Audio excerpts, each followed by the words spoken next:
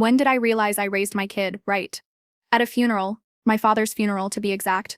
But if you told me 10 years earlier that my daughter would be the one to bring me back to life on the day I buried the man who broke me, I would have laughed in your face. Or cried. Probably both. I used to do that a lot. Cry and laugh, usually alone, always high. My name's Dana, I'm 39. I wait tables at a Greasy Spoon diner off Route 52 in West Virginia. I live above the restaurant now. The walls are thin, but the heat works, and I've got a bedroom I decorated like a little girl's fairy tale. Pink curtains, unicorn lamp, a stack of books nobody's read. I kept it ready for years, just in case Lily came back. I was 21 when I had her. She was this squirmy, red-faced miracle. Her daddy left before she turned 6 months. I used to tell myself I could manage on my own, that I was strong, that I had already survived so much. My own mama leaving, the group homes, the broken ribs, the night I swallowed 12 pills and somehow woke up in juvie. I thought I'd beaten the worst of it. But addiction's funny like that. It doesn't knock. It doesn't scream. It whispers real soft. Just once more. You deserve it. I was clean when Lily was born. I stayed that way for 2 years. Then I got a back injury at work, slipped on fryer grease and landed hard. ER gave me pills, and I told myself I needed them, for the pain, for the stress, for everything. I don't remember how bad it got. I remember flashes. Lily crying while I stared at a wall, her asking for dinner, and me pretending I didn't hear. The neighbor knocking again, and me thinking, I'm fine, I'm just tired. The night CPS came was during a winter blackout. I'd passed out on the bathroom floor, cold, half-dressed, the power out, candles burning dangerously low. Lily had wrapped herself in a coat and gone to the neighbor's house. She told them, my mommy's not waking up. They called 911. I came to in the back of an ambulance. The EMT looked at me like I was trash, like I wasn't even human, and when I asked where my daughter was, no one answered. I woke up in detox, alone, shivering, and that's when they told me, if I didn't get clean and stay clean, I'd never see her again. First time I went to rehab, I lasted 5 days. Second time, 3 weeks. The third time, something cracked open. I was staring at a photo of Lily. They let me keep. She was 6, in pigtails. Her smile was forced, like she'd already learned how to pose for strangers. I hadn't even noticed the difference until that moment. I remember whispering to her photo, I'll do better. I promise. I swear I'll be someone you can come back to. I clawed my way through that program. Withdrawal, nightmares, meetings where I cried in front of total strangers. I kept a journal. Every day I wrote, I'm still here, Lily. I'm still here. After rehab, I moved into a shelter, got a job at the diner, took the bus to parenting classes, bought little things for a room she didn't even live in, a teddy bear, a secondhand pink comforter, a poster of that cartoon princess she used to love. They gave me supervised visits once every 3 months. 1 hour, in a county office, with Lily sitting stiffly beside a woman in a denim skirt who never smiled. The first time I saw her again, she didn't run into my arms. She sat down and said, Hi, Dana. Not Mom, just Dana. I smiled anyway, told her I loved her, every time. She never said it back. After one visit, she left behind a crayon drawing. A house? A tree. A woman in a long skirt. A girl with pigtails. No mom. I cried all the way home. But I kept writing letters. Dozens of them. Telling her about my days, my dreams, the funny people at the diner. I'd spray a little perfume on them. I'd include stickers sometimes. I never got a reply. The foster family never smiled, never asked questions, never made eye contact. Still, I never missed a visit, not once. People said I was wasting my time, but I told them, showing up is the one thing I never had growing up. I won't fail her like that, not again. I didn't know if Lily even read my letters. I didn't know if she hated me. I just knew I had to be the version of myself I wished had raised me. And that meant staying clean, staying present, staying ready for the day, if it ever came, that she came back. I remember the first time I used. I was 19, working a double at this roadside diner just off I-64, and a trucker handed me a pill, said it would make the shift melt away. I took it, then I took another the next night. And just like that, I stopped noticing the pain in my back, the ache in my feet, or the ache in my heart. By the time Lily was born, I was already dancing with addiction. I still tried to be a mom. I really did. I'd sing her to sleep with Patsy Skline playing on the radio, swaddle her in old blankets from the church, heat bottles on the stove when the power got cut again. But I was crumbling. Some nights, I'd wake up on the floor, not even remembering how I got there. And Lily, 6 months old, crying in her crib. I hated myself more than I can describe. When her daddy left, that broke me in a way I wasn't ready for. He packed up while I was at work and left a note on the fridge. Said, I'm not cut out for this. He was right. Neither of us were. The night everything shattered, there was a snowstorm rolling in. I hadn't paid the gas bill, so the heat had been off for days. Lily was 6. I'd given her all the blankets, told her we were camping. She laughed. That laugh still haunts me. I don't remember taking the pills, just remember waking up to sirens. A neighbor had called after noticing we hadn't been seen in days. The social worker stood over me while EMTs checked my pulse. And Lily? She was huddled in the corner with blue lips, wrapped in her coat and trying to keep a candle lit. They took her that night. No goodbyes, no warnings, just gone. They said I'd overdosed. I argued I just fell asleep. It didn't matter. CPS gave me one choice: go to rehab or lose her forever. I walked into my first rehab center with nothing but a plastic grocery bag full of mismatched clothes and a letter I wrote to Lily from the intake waiting room. She would never read that letter. I wish I could say I got clean that first try. I didn't. I lasted 12 days before sneaking out the back exit. Second time, I made it 3 weeks. The third time, I made it all the way to the end. 94 days. Every single one I counted on my palm with a Sharpie. Even had the word Lily written on my wrist, so I'd see it every time I thought about slipping. The day I got my certificate of completion, I cried so hard I threw up, and I knew it wasn't over. Not even close. I came back to my apartment. It was gutted. Eviction notice taped to the door. Everything gone, except one thing taped to the wall inside. A drawing Lily had made. A stick figure of her and me under a giant sun, holding hands. The word mommy misspelled at the top. That drawing stayed with me through every motel room, every shift at the diner, every night I went to sleep sober and scared. I kept her room set up. Always. Pink sheets, a unicorn lamp I found at a garage sale, a little journal by the bed where I'd write her pretend bedtime stories, hoping one day, maybe, she'd read them. The visits were supervised, sterile, painful. Once every 3 months, 1 hour. The first time I saw her again, she sat at the edge of the table like I was a stranger. She called me Dana, not Mom. Her foster mom sat in the corner with arms folded like a warden. I tried to smile, talk about school, her favorite shows. Lily just nodded, gave short answers. But I kept coming. Every time, no matter how painful. I brought her little gifts, a friendship bracelet, a book, a locket with her baby picture. She never took them home. Each visit ended with the same sentence from me: I love you, no matter what. And every time, she said nothing back. You'd think I'd stop showing up, but I couldn't. Because what if, one day she actually heard me? What if she just needed time? Or what if she didn't, but still deserved to know that even addicts, even broken people can keep a promise? So I stayed sober. I worked 12-hour shifts, slinging coffee and eggs for truckers, who barely tipped. I took parenting classes in a musty church basement every Tuesday night. I rented a room in a halfway house with paper-thin walls and roaches in the sink. I wrote a letter to Lily every Sunday, told her about my week, my struggles, my love. And I mailed them, everyone. I didn't know they weren't reaching her, but I never stopped writing, because I had nothing else to give. Except my word. And I hadn't broken it yet. By my 3rd year sober, my life was held together by paperclips and diner coffee. I'd walk through those doors at 6:30 a.m. sharp, tie my apron, and grind through back-to-back double shifts like my soul depended on it, because it did. I worked every holiday, every birthday, every Sunday shift no one wanted. I didn't care. I needed the hours. I needed the cash. I needed the proof that I was trying. My studio apartment had one working heater, a mattress on the floor, and 3 pictures of Lily taped to the mirror. I kept a pink blanket folded at the end of the couch, the one she used to carry everywhere as a toddler, just in case she ever came back. That blanket was my anchor. Every 3 months, I got 1 hour with her, supervised, a beige room, 1 plastic table, 2 folding chairs, and a caseworker sitting in the corner like a guard dog. The first visit, she didn't even look at me. Second visit, she said, "Hi." Third, she asked for a Sprite. I counted those moments like wins in a rigged game. Her foster mother would sit with her arms crossed the whole time, glaring at me like I was some stray mutt scratching at their door. She never said a word to me, just stared, cold, like she was daring me to mess up. I wanted to scream, sometimes, beg tell Lily everything, but I didn't.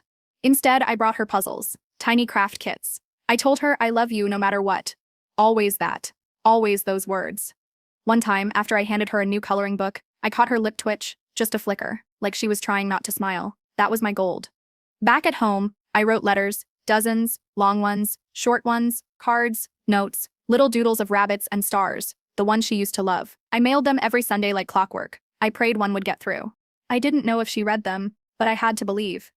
The loneliness at night, that was the worst part. That silence that screams at you, tells you she's better off, that maybe she forgot how you smell, how you sound, that maybe she's just waiting for the courts to make it final, to cut you out for good. But I fought that voice with every part of me. I held onto sobriety like a lifeline. 5 years clean. 5 years of no slips. I had the keychain to prove it, even if no one ever asked. Then came the knock. I never expected. My father, the man who never once sent a birthday card, was dead. Massive stroke, they said. I didn't know how to feel. Angry, relieved, grief felt like a stranger. I didn't invite. But then, Lily's social worker called me, said her foster family was attending the funeral, said Lily would be there, said I could come too. I hadn't seen her in 3 months, and now we'd be in the same room for the first time, without a plastic table or a supervisor. I spent 2 hours getting ready. I curled my hair. I even wore mascara, though my hands shook putting it on. The funeral was at this tiny brick church tucked between two hills.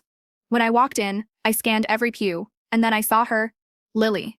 She was sitting on the far side, next to her foster family, hair pulled back in a tight bun, face expressionless. She didn't even glance my way. I felt like a ghost, drifting past people I barely remembered. I took a seat in the back, tried to breathe. The service started. I thought maybe she'd at least look at me once. She didn't. And that's when the pastor said something that made my stomach twist. He cleared his throat and said, "Before we close today, someone requested a letter to be read aloud." I froze. I figured it was about my father, maybe some long-lost friend trying to paint him as a saint. But then he started reading. "To the strongest woman I know, my mom." I stopped breathing. The voice in the pastor's mouth was suddenly Lily's. She wrote that letter. She called me strong. And as the words poured out, about showing up, about how even in silence I never gave up, how I inspired her essay on resilience, my heart shattered and mended all at once. My hands flew to my mouth. The sobs came out of me like a flood I'd held back for a decade. People turned. I didn't care. She'd been watching me this whole time, even when I thought she couldn't see. Even when I thought I was failing. She saw me. She knew me. And in that moment, sitting alone in the back of that church, I realized something I never thought I'd feel again. Hope.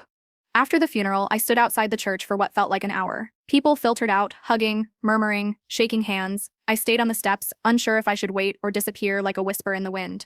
Then I saw her, Lily, coming down the steps with her foster family. She was walking fast, eyes on the ground. I didn't know if she saw me until she broke off from the group without a word. She walked straight toward me. I didn't dare move. My breath caught. She stopped a foot away, and she whispered, "Hi, Mom." I nearly collapsed, but I held it together, barely, and said, "Hi, baby." She looked older, taller, her cheeks had slimmed out, her voice a little deeper, but her eyes, still mine, still that same rich hazel with the flecks of gold that showed up in sunlight. "I read your letters," she said quietly. "All of them." I swallowed hard. I didn't know if they were getting through. They were. She looked down, then back at me. I kept them all, even the doodles. I didn't know what to say. What could I say that didn't sound like begging or bleeding? Then she reached into her pocket and pulled something out. It was a tiny origami rabbit, folded perfectly, just like the ones I used to make for her before bed. "I made this for you," she said. "Thought maybe we could make another one together sometime." My knees buckled, but I caught myself, took the rabbit with shaking hands. I managed a whisper, "I'd like that." Her foster mom called out her name, sharp, impatient. Lily didn't move right away. She just looked at me and said, "I have questions about everything." "I'll answer every one," I promised. She nodded. "Okay, someday." Then she turned and walked back to the car. It wasn't a reunion. Not really. It wasn't custody or closure, but it was something. It was a door. I stared at the rabbit in my palm like it held a pulse. But that feeling didn't last long. Because 3 days later, I got a call that almost knocked me off my feet. Child Protective Services. They wanted to meet. Not just about Lily, but about an anonymous concern tied to her current foster placement. Apparently, someone had reported suspicious behavior. Emotional manipulation, misuse of funds. I was stunned. I hadn't filed anything. I didn't even know who her caseworker was anymore. "Your name was mentioned," they said. My stomach twisted. By who? They couldn't say. But they asked if I'd come in for a full reevaluation, home visit, background check, interview. I said yes before they even finished the sentence. The night before the visit, I didn't sleep. I scrubbed every inch of my apartment, bought fresh fruit and stacked books on parenting and healing on the coffee table like I was preparing for an exam. I even made copies of my pay stubs and the letters I'd written, Lily. I was ready. But just before the social worker arrived, someone knocked on my door. It wasn't CPS. It was a man in a navy windbreaker with a crooked smile and a thick file in his hands. "Are you Janelle Taylor?" he asked. I hesitated. "Yes?" He flipped the file open and showed me something that made my stomach drop. It was a notarized petition for full adoption of Lily, filed by her foster parents, dated 2 days ago. "They're fast-tracking it," he said casually. "Just thought you should know. You might want to get legal help." I stared at him. "Who sent you?" He shrugged. "Let's just say someone who doesn't think you belong in the picture." Then he walked away.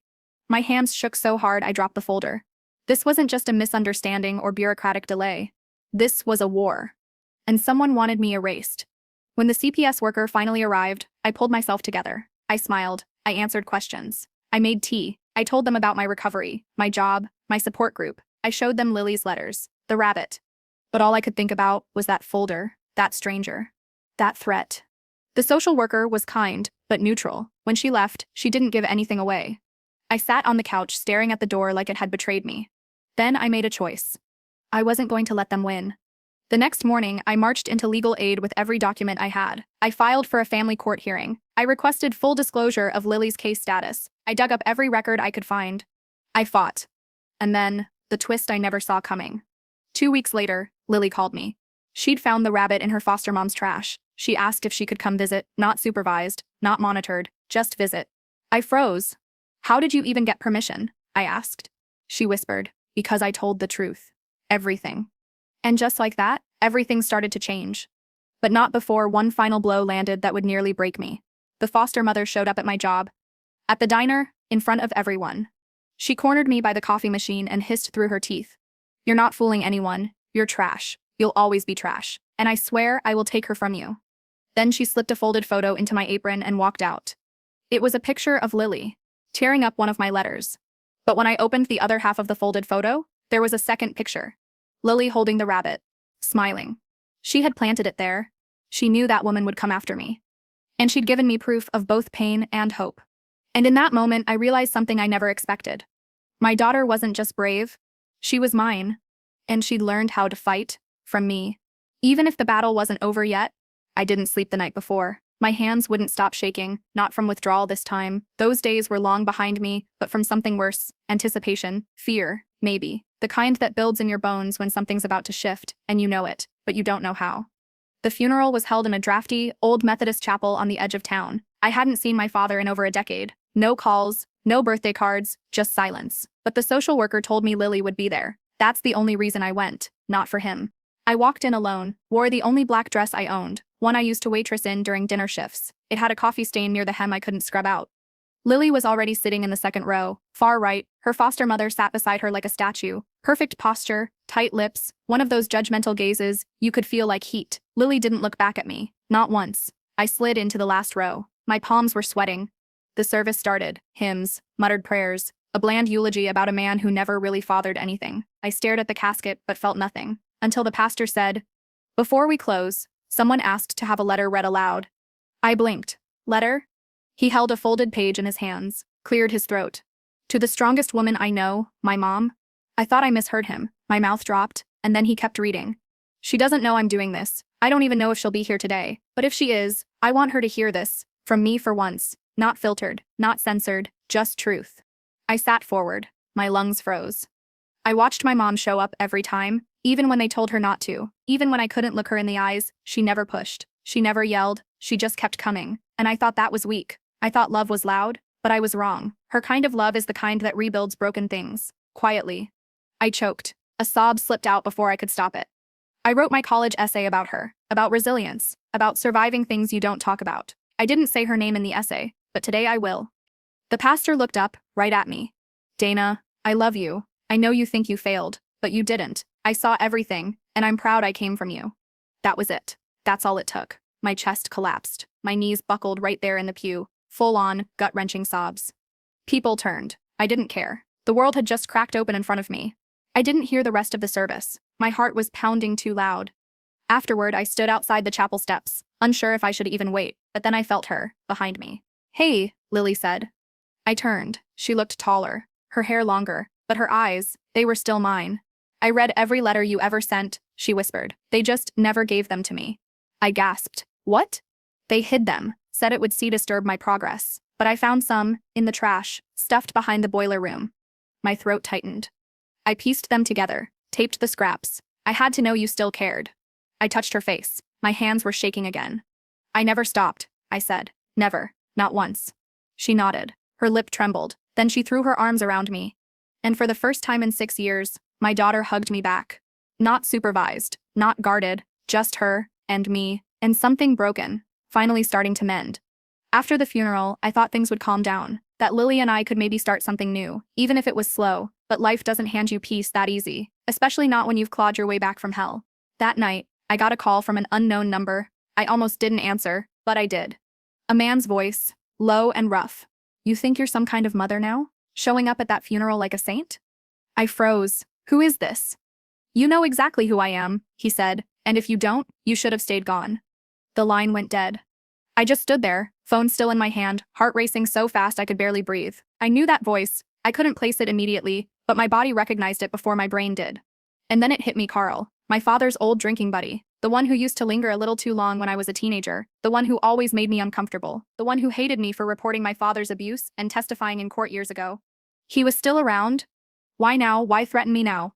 I locked all my doors, triple-checked the windows, sat in my kitchen with a steak knife and a flashlight, all night, waiting for something that might never happen, or already had. The next morning, I got a text from Lily. "Did you get a call last night? I think someone followed me from the funeral." That's when my stomach dropped. I called her immediately. "What do you mean followed?" She was whispering. "This truck, it kept circling my street. I saw it again this morning, same dent in the fender. It was at the funeral too." I gripped the counter. "Was it red, like a rusted-out pickup?" "Yeah. How'd you know?" I told her to stay inside, lock the doors, and not go anywhere until I got there. Then I called the only person I knew would answer: Marco. Marco was my old parole officer, retired now, but he'd kept in touch. We weren't friends exactly, but he had a way of showing up when things got dark. He answered on the second ring. "Marco, I think Lily and I are in danger." I gave him everything: the call, the truck, Carl. He was quiet for a second. "Dana, listen to me. Carl's been on a watch list before. Domestic charges. Your father covered for him for years. If he thinks you ruined their little C family honor, he might be looking to scare you back into silence." "I'm not scared of him," I said. "That's your mistake," he replied. "You should be." I met Marco at a diner later that afternoon. He brought a file, photos, Carl's record. It was worse than I thought. Restraining orders, arrests, even a suspected assault in another state. "You're not just dealing with a drunk old man," Marco said. "You're dealing with someone who knows how to stay in the shadows, and he has friends in places you don't." That's when he handed me a key. "What's this?" "A safe house. I've kept it for cases like this. You and Lily stay there until I figure out what Carl wants." I hesitated. Running feels like giving up. "No, it's surviving. And if you're serious about building a future with your daughter, you need to stay alive long enough to have one." I took the key. That night, I picked Lily up under the cover of darkness. No headlights, no goodbyes, just a suitcase and a silent prayer. We stayed at the safe house, a cabin on the edge of the woods, for 3 days. No phones, no internet, just the sound of cicadas and wind. At first, Lily was restless, anxious, but then she started to open up, about her foster parents, about the silence she had to survive in, about the nights she waited for letters that never came. "I used to dream about you showing up at my school," she said, "not to take me away, just to prove you still existed." Tears burned my eyes. I did come. They wouldn't let me see you." "I know that now," she whispered. It was the closest thing to peace I'd had in years. Until the fourth night, we heard footsteps outside. Lily froze. I grabbed the bat by the door, heart pounding. I looked out the peephole. No one. I flicked off the porch light. Then, a knock. 3 slow, deliberate knocks. Lily whispered, "Mom, please don't open it." I didn't. I called Marco, straight to voicemail. Then another knock. And a voice. "You think you can hide forever, Dana? You always were good at running." "Carl. He found us." I pulled Lily into the closet and shoved a chair against the doorknob. Then I held her hand, whispered, "Whatever happens, I will not let him touch you, not ever." Outside, I heard footsteps walking away. Then silence. But I knew it wasn't over. Not even close. I held her like I was holding my whole world again. And maybe I was, right there in the parking lot of the funeral home. My daughter, who once flinched when I reached for her, wrapped her arms around me like she didn't want to ever let go. And I whispered to her, "I'm so sorry, baby, for everything." She pulled back, her eyes red and fierce. "You don't have to say sorry anymore, Mom. I know everything now." That's when she told me. "I read every letter you ever sent." My heart nearly stopped. I blinked. "You? What?" "They never gave them to me. Not the ones you mailed, not the ones from court. I only found out about them when I caught my foster mom throwing one in the trash. After that, I started digging through the kitchen garbage every week. I found more, some ripped, some wet, but I kept them. I couldn't even breathe. I dried them out, taped them back together. I kept them under my mattress. I memorized your handwriting. That's how I knew it was you when I saw the envelope on the casket." She paused. Then, "You never stopped trying." That's what I held on to. I had spent years thinking I'd been screaming into a void, writing to a daughter who never wanted to hear from me. Turns out, my words were all she had, and I'd been kept in the dark, robbed of knowing she had wanted me. The rage, the heartbreak, the joy, they all came crashing down at once. I didn't ask her about the foster family. Not then. I didn't want to poison our reunion with bitterness. But later, when I sat in my car alone, the fury boiled over. They had stolen my words, my apologies, my promises. They had made me into a ghost in her life. And yet, she still found me. When I got home, I pulled out my old shoebox of carbon copies. I'd always made duplicates of the letters I sent, like I was writing for someone and for myself. I laid them all out, 73 letters over 6 years, each one ending the same. I love you, no matter what. Now I knew those weren't just echoes into silence. A week later, Lily called me. Her voice was stronger. Mom, I've been talking to my social worker. There's something I want to do. I braced myself. I want to file for early emancipation. I'm almost 17. I want to live with you.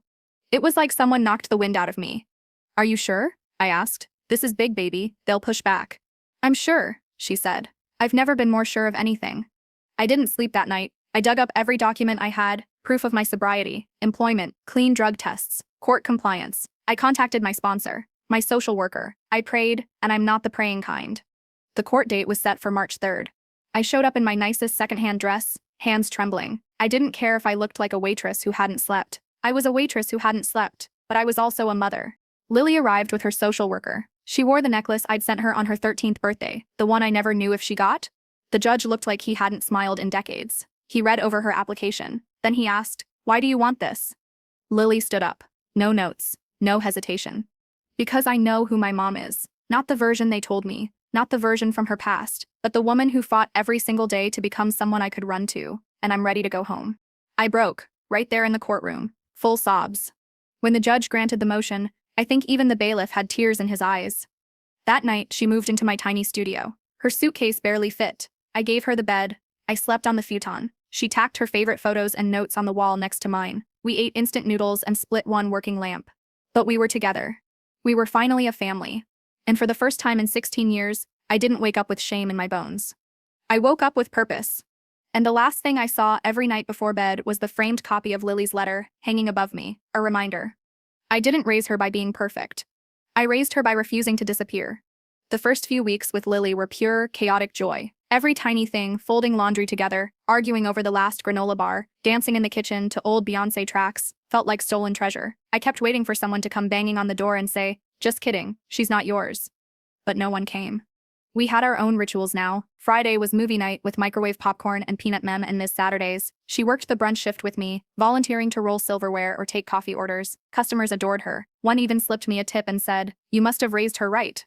I bit my cheek, not to cry. But nothing stays perfect forever, and I should have known life had one more blow, waiting. It started with a voicemail.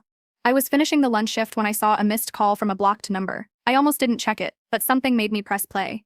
"Hi. This message is for Miss Ramirez. This is Officer Benton with the Oregon State Police. We need to speak with you regarding an ongoing investigation involving your daughter Lily Ramirez. Please call us back immediately."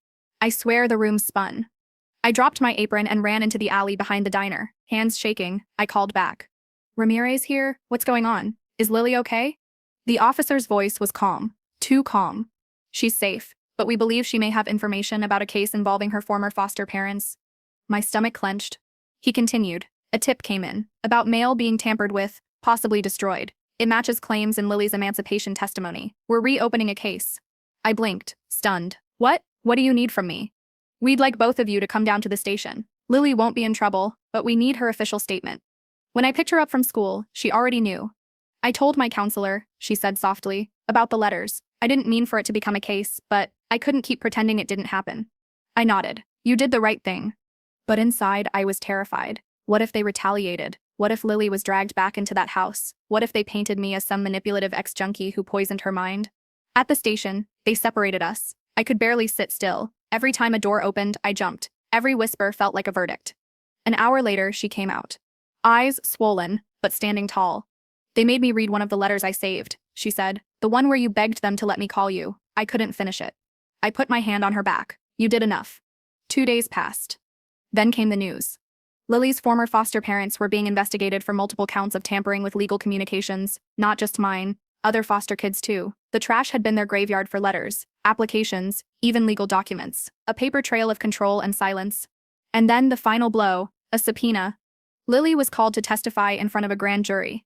The night before, I found her pacing in the dark, holding one of the taped-up letters. "What if I freeze?" she whispered. "What if they twist everything I say?" I knelt in front of her. "You've already done the bravest thing anyone could. You survived them. You found the truth, and you held on to it. You don't need to be perfect tomorrow. You just need to be honest." She nodded, tears rolling down. The next day, she took the stand. I wasn't allowed inside, but I waited outside that courthouse like my life depended on it. When she finally walked out, her head was high, her step confident. They asked me what kept me going, she said. I told them, my mom's letters. They were my proof, she still loved me, that I mattered. That week, everything shifted. The story hit local news. People reached out, former foster kids, survivors, even caseworkers who'd once given up hope. One woman emailed me, I always thought foster kids just forget, but now I know words can still get through. You gave me hope again. But the biggest moment came one evening when Lily and I were making tacos. She was laughing, shredding lettuce, when she suddenly turned serious. I signed up for a program, she said. I raised an eyebrow. What kind of program? Peer mentor. For kids in the system, I figured maybe I could be someone's first letter. You know, the one that does get through. I froze. And in that moment, I knew. That's when I realized I raised my kid right. Not because she got straight A's. Not because she was polite or hardworking or brave. But because after all she'd been through, she still chose kindness. She still chose to fight. She still chose to believe. I stood outside the courthouse, holding Lily's hand. The wind was sharp, autumn bitter, and I could barely feel my fingers, but I didn't let go of her, not for a second. Inside, the hearing was brief. The judge looked over her paperwork, the foster system's reports, my sobriety milestones, Lily's school record, and then she nodded. This emancipation is granted. Dana McNeil is hereby reinstated as Lily Ray McNeil's legal guardian. I didn't cry? Not yet. I think my body was too stunned, too grateful. Lily squeezed my hand so hard I thought she might crush it. We walked out of that courtroom into a new kind of freedom, not just her legal freedom, but our emotional one. We moved into a tiny 2-bedroom rental. The walls were thin and the water pressure was moody, but it was ours. I made her a real bedroom, with glow-in-the-dark stars on the ceiling, and a desk for her college essays, and fresh white sheets that smelled like lavender. The first night, she came into my room just to sit, quietly. She pointed to the little frame on my dresser. You still have it, she said. It was the letter. The one the pastor read at the funeral. I'd framed it. You know, I said, I thought for years I didn't deserve to call myself your mom. She looked at me with the same eyes she had when she was 6, searching, strong, and so damn smart. You didn't raise me by being perfect, she whispered. You raised me by refusing to disappear. And I lost it. I held her and cried so hard I thought I'd break. Weeks later, I dropped her off at Marshall University. Watching her walk into that dorm, with her backpack and her wild curly hair bouncing behind her, I felt every single mile I'd climbed to get here. Every meeting, every diner shift, every letter. She turned back before she disappeared inside. Call you tonight, she said. Better, I told her, or I'll drive down there and embarrass you in front of your roommate. She laughed. God, I missed that sound for so many years. These days, I still work at the diner. I bring the regulars extra coffee and ask about their grandkids. I still attend weekly recovery meetings. I still sleep with the letter over my bed. I'm not healed all the way. I don't think anyone ever is, but I'm whole enough to know I did one thing right in this messy, complicated life. I raised my daughter with love, with grit, with presence. And she saw it. Even when I thought I was invisible, she was watching. When people ask me, when did you realize you raised your kid right? I say this, at a funeral, with a letter, and a hug that stitched 6 broken years back together in one breath. Because love, the real kind, doesn't quit. It stays, it fights, it writes letters, even when nobody reads them. Yet,